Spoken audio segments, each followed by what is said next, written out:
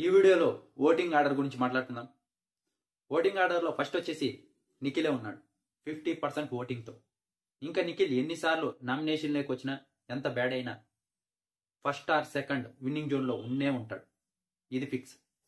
ఇంకా సెకండ్ వచ్చేసి నబీల్ ఉన్నాడు, థర్డ్ వచ్చేసి ప్రేరణ ఉంది. వీళ్ళిద్దరికి సుమాల్ డిఫరెన్సే ఉంది. ఇంకా ఫోర్త్ వచ్చేసి పృథ్వీ ఉన్నాడు. పృథ్వీకి విష్ణుప్రియ ఓట్స్ అన్ని పృథ్వీకే పడుతున్నాయి. ఇంకా లాస్ట్ వచ్చేసి యష్మినే ఉంది. యష్మి ఎలిమినేట్ అయ్యేకే హై ఛాన్సెస్ ఉన్నాయి. ఈ వీక్ డబుల్ ఎలిమినేషన్ నాకు తెలిసి ఉండదు, సింగిల్ ఎలిమినేషనే ఉంటుంది. ఎందుకంటే అందరూ పెద్దవాళ్ళే ఉన్నారు, అందుకే సింగిల్ ఎలిమినేషనే పెట్టే ఛాన్సెస్ ఉన్నాయి. ఇంకొకటి అర్థం చేసుకోవాలి, నిఖిల్ ఒక్కడు సేఫ్గా ఉన్నాడు ఈ వీక్. ఈ నలుగురిలో ఎవరినన్నా తీసేస్తారు, నబీల్తో సహా ఎవరన్నా ఎలిమినేట్ అవ్వచ్చు. కానీ ఎక్కువ ప్రియారిటీ వీళ్ళ ముగ్గురికి ఉంటుందని నేను అనుకుంటున్నా. ఎందుకంటే వీళ్ళు స్టార్ మాలో సీరియల్స్ చేస్తుంటారు, పృథ్వీ, ప్రేరణ, యష్మి.